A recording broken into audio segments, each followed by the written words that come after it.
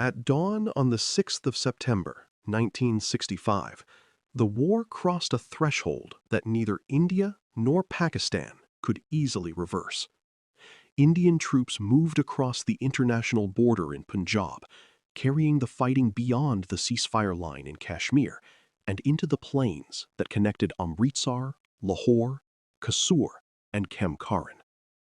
This was the hinge on which the whole Asal-Uttar story turned. Until then, the crisis had widened through infiltration, mountain fighting, and Pakistan's offensive toward Akhnor, but it still carried the language of pressure in Kashmir. Once India opened the Punjab front, the war became openly conventional, full-scale, and deeply dangerous. It also brought armored warfare into the center of events because the plains offered the space where tanks could seek decision. If you would like to move beyond the podcast, you can see my available books at militaryauthor.me. And at trackpads.com, you will find magazines and galleries with hundreds of thousands of photos and videos to explore. India's decision did not arise from a desire to stage an armored spectacle or from a simple impulse to retaliate. It came from the pressure created by Operation Grand Slam, Pakistan's drive toward Akhnor, and the fear that India would be forced to defend only where Pakistan chose to strike. If Pakistan could concentrate on Kashmir while India remained confined there, the initiative would remain with Pakistan. By crossing the international border in Punjab, India tried to change the geometry of the war.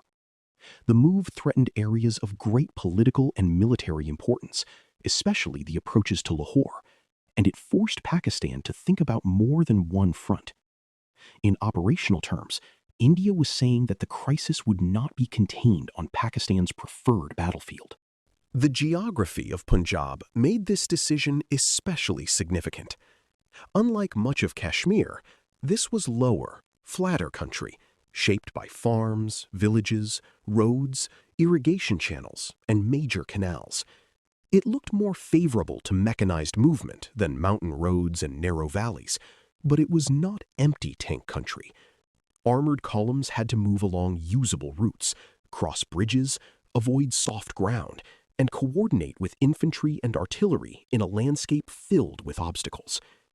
The India-Pakistan border near Lahore and Kasur was also politically different from the ceasefire line in Kashmir. Crossing it meant that the conflict had escaped its original frame. A local crisis had become a war between states across an internationally recognized frontier, and every commander now had to act under that larger shadow. The Indian attack in Punjab involved several axes, each with its own purpose and difficulties. Toward Lahore, Indian infantry and armor pushed from the Amritsar side, aiming to threaten the city's defenses and draw Pakistani forces away from the Akhnor sector.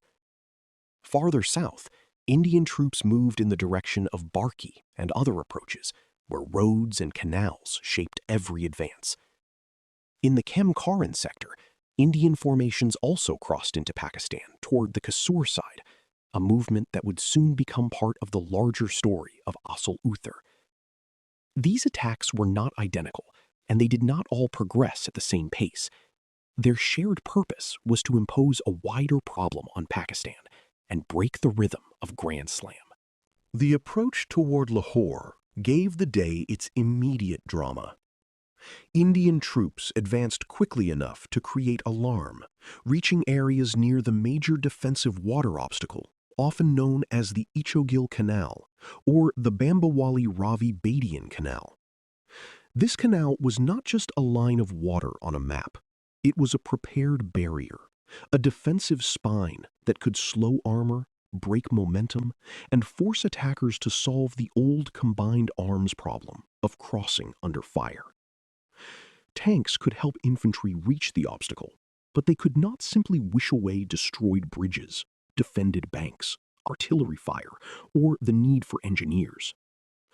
The early Indian advance showed what surprise and bold movement could achieve. It also showed how quickly a fast attack could lose force at a well-sighted obstacle. Pakistan's response was shaped by the shock of seeing the war reach Punjab. Lahore was not just another military objective, it was a major city, a symbol, and a communications center whose defense carried enormous political weight. Pakistani units moved to stabilize the front. Air power entered the struggle with greater urgency, and the war took on a broader, harsher character. This is where the listener should resist the temptation to imagine two armies simply lining up tanks against each other. Defending Lahore meant infantry holding ground, artillery finding targets, engineers protecting or destroying crossings, aircraft striking columns and bases, and commanders trying to read a front that had suddenly expanded. The tank was powerful, but the system around it mattered even more. South of Lahore, the Khem-Karan and Kasur area began to take on a significance that would soon dominate the campaign. Indian forces made gains in the opening phase, but their advance did not develop smoothly enough to settle the sector. Roads, bridges, artillery fire, local resistance, and uncertainty all slowed the movement. What looked on a broad map like a promising thrust became on the ground a sequence of practical problems.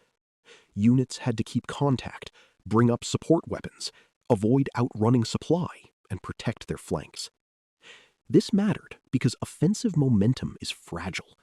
Once it slackens, the enemy has time to recover, and in this sector, Pakistan would soon seek to turn recovery into a major counterstroke. The events of the 6th of September, therefore, revealed both the strength and weakness of Indian operational design. The decision to widen the war was strategically bold, and it did relieve pressure by forcing Pakistan to confront threats beyond Kashmir. Yet boldness at the strategic level did not automatically produce tactical clarity everywhere on the ground. Some Indian advances ran into prepared defenses, broken crossings, and the friction that accompanies any large movement under fire.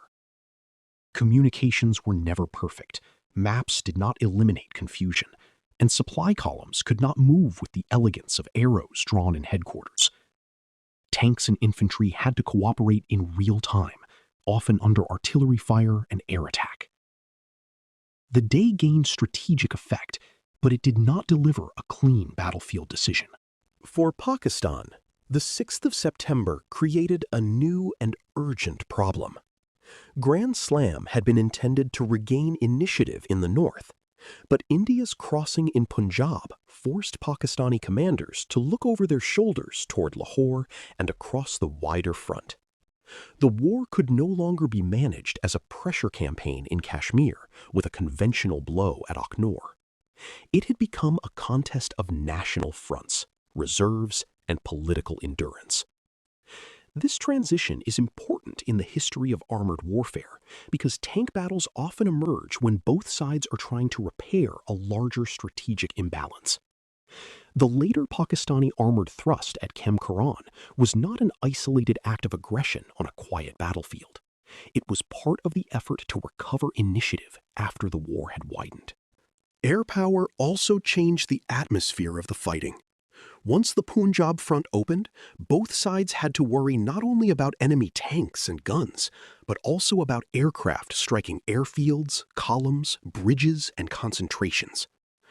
Air attacks did not make ground forces irrelevant, and they did not decide every local engagement, but they added speed and vulnerability to the battlefield. A formation that paused too long could be found. A supply route that seemed secure could become dangerous.